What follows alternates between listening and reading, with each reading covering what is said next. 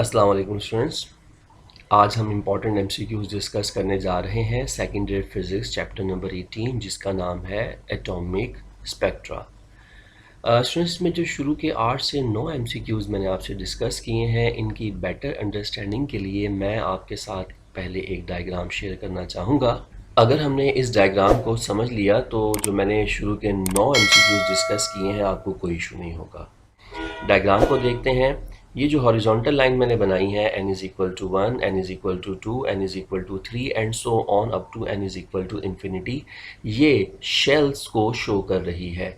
Orbits यहाँ shell को show कर रही हैं। ये पहला ऑर्बिट है, ये दूसरा ऑर्बिट है, ये तीसरा ऑर्बिट है। हमें पता है n का मतलब होता है principal quantum number, k shell के लिए 1 होता है, l के लिए 2, m के लिए 3 एंड सो ऑन। उसके बाद ये जो वर्टिकल लाइंस मैंने शो की है ये ट्रांजिशन ऑफ इलेक्ट्रॉन है। अगर इलेक्ट्रॉन कहीं भी किसी भी ऑर्बिट से छलांग लगाकर पहले ऑर्बिट में पहुंचता है तो ये सीरीज़ कहलाती है लाइमन सीरीज़, और ये अल्ट्रा वायलेट रीजन में हमें फोटोन मिलता है इसका। जब भी इलेक्ट्रॉन हाई एनर्जी से लो एनर्जी लेवल की तरफ आता है फोटोन इमिट करता है और निकलने वाला फोटोन अल्ट्रा वायलेट रीजन में होगा। अगर बाहर से किसी भी ऑर्बिट से इलेक्ट्रॉन की छलांग खत्म होती है सेकेंड ऑर्बिट में तो वो बेलमर सीरीज़ है और ये विजिबल रीजन में फोटोन हमें मिलेगा। पैस्चन जो सीरीज़ है हमारे पास, ये हमारे पास होती है इंफ्रारेड रीजन के अंदर। जो पैस्चन सीरीज़ आती है ये हमारे पास इंफ्रारेड रीजन के अंदर आती है, जबकि ब्रैकेट और पी फंड ये दोनों फार इंफ्रारेड रीजन के अंदर आती हैं हमारे पास। इस डिटेल एक्सप्लेनेशन के बाद अब हम शुरू के 9 एमसीक्यूज बड़ी तेज़ी से कर सकते हैं। Spectral series obtained due to transition of electron from higher third orbit. From higher to third orbit. अगर इलेक्ट्रॉन की ट्रांजिशन कहाँ ख़त्म हो रही है? थर्ड ऑर्बिट में ख़त्म हो रही है। तो हमने अभी आपके साथ शेयर किया था, ये होगी हमारे पास Lyman Balmer then Paschen series होगी हमारे पास। Balmer series obtain when all the transition of electron terminate on. Balmer series कब होती है? जब इलेक्ट्रॉन की ट्रांजिशन ख़त्म होती है। कहाँ पर ख़त्म होती है? नहीं जी, ये है हमारे पास second orbit. Balmer second orbit में होता है।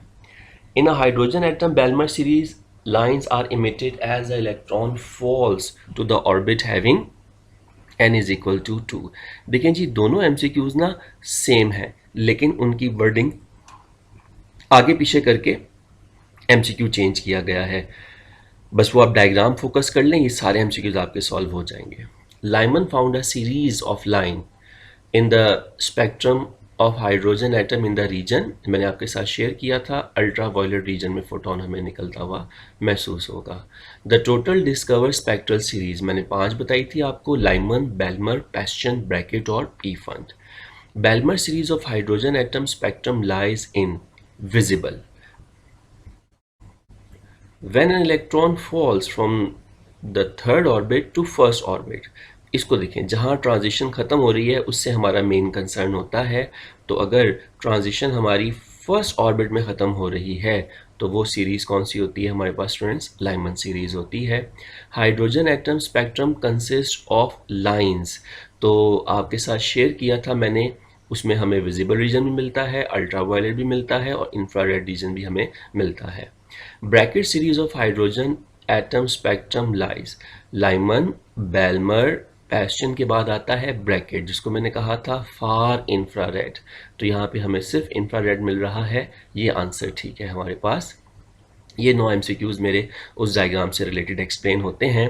लेज़र प्रोड्यूसेस 3 डायमेंशनल इमेज, इसे हम इस प्रोसेस को हम कहते हैं होलोग्राम। इसके अंदर हम लेज़र को यूज़ करते हुए 3D इमेजेस बनाते हैं। The laser is a device which can produce. Laser का क्या काम है? लेज़र का काम है कि लेज़र से जो लाइट पैदा होती है वो हमारे पास कोहेरेंट होती है, वो हमारे पास इंटेंस होती है, वो हमारे पास मोनोक्रोमेटिक होती है। Monochromatic, one wavelength, one colour, coherent, same face, intense, उसकी एनर्जी बहुत ज़्यादा होती है। According to Bohr's postulate, the electron revolving around the nucleus in a fixed orbit radiate। Bohr के मुताबिक जब इलेक्ट्रॉन किसी फिक्स ऑर्बिट में रिवॉल्व कर रहा है, घूम रहा है, तो वो एनर्जी इमिट करेगा नहीं, नो एनर्जी इमिटेड। यही बोहर का डिफरेंस था कि बोहर ने बताया था जब इलेक्ट्रॉन किसी फिक्स ऑर्बिट में है तो वो किसी भी तरह की एनर्जी इमिट नहीं करता। The life time of the electron in the excited state 10⁻⁻8 second, जबकि एक स्टेट होती है मेटास्टेबल स्टेट, और मेटास्टेबल स्टेट के अंदर जो इलेक्ट्रॉन का लाइफ टाइम होता है वो होता है 10⁻⁵, सॉरी 10⁻³ सेकेंड। और ये आम एक्साइटेड स्टेट के मुकाबले में 10,000 टाइम्स ज़्यादा है।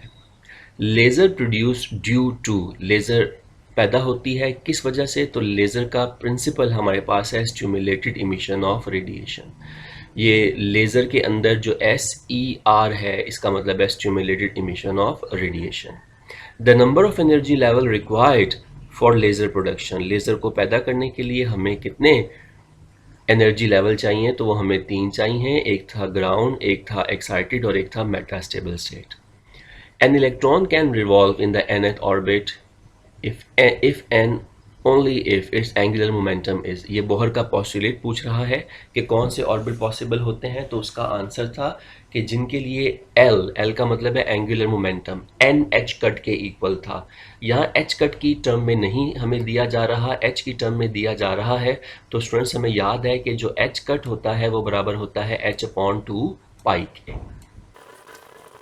तो इसलिए इसका करेक्ट आंसर हो जाएगा NH/2 pi. The ratio of the radius of third orbit in the hydrogen atom to the radius of first orbit, बड़ी आसान सी बात हो गई है। ये हमें n गिवन है, ये हमें n गिवन है। रेशो का मतलब होता है अपॉन में आप आंसर लेके आएंगे, और वहाँ पे हमें n का स्क्वायर मिला था। तो the ratio of the radius of the third orbit, तो ये 3 का स्क्वायर कर लें 9 हो जाएगा, 1 का स्क्वायर करें 1 ही रहेगा, तो इसका आंसर आ जाएगा हमारे पास 9:1 आ जाएगा। X rays were discovered by, X rays को डिस्कवर करने वाले साहब का नाम था रोंजन। रोंजन ने एक्स रेस डिस्कवर की थी accidentally. An intense monochromatic narrow and coherent beam of light, अभी हम पढ़ कर आए हैं कि लेज़र के अंदर कुछ बातें होती हैं, ये इंटेंस होती है, इसकी एनर्जी ज़्यादा होती है, ये मोनोक्रोमेटिक होती है, इसके अंदर एक कलर होता है, नैरो होती है, स्प्रेड नहीं कर रही होती, कोहेरेंट होती है, इसका फेस सेम होता है। If the number of electron in excited states exceeds than the number of electrons in the ground state, then this will occur। देखें एक चीज़ आपके साथ शेयर कर लूँ, आम हालात में एटम्स की ये कंडीशन होती है, n का मतलब है नंबर ऑफ इलेक्ट्रॉन्स, n का मतलब है नंबर ऑफ इलेक्ट्रॉन्स। सबस्क्रिप्ट में E यूज़ किया एक्साइटेड स्टेट के लिए, G यूज़ किया ग्राउंड स्टेट के लिए। आम हालात में ये होता है कि नंबर ऑफ इलेक्ट्रॉन जो होते हैं एक्साइटेड स्टेट में वो कम होते हैं उन इलेक्ट्रॉन्स के मुकाबले में जो ग्राउंड स्टेट में होते हैं। तो ग्राउंड स्टेट में एटम्स की तादाद ज़्यादा होती है, एक्साइटेड स्टेट में कम होती है।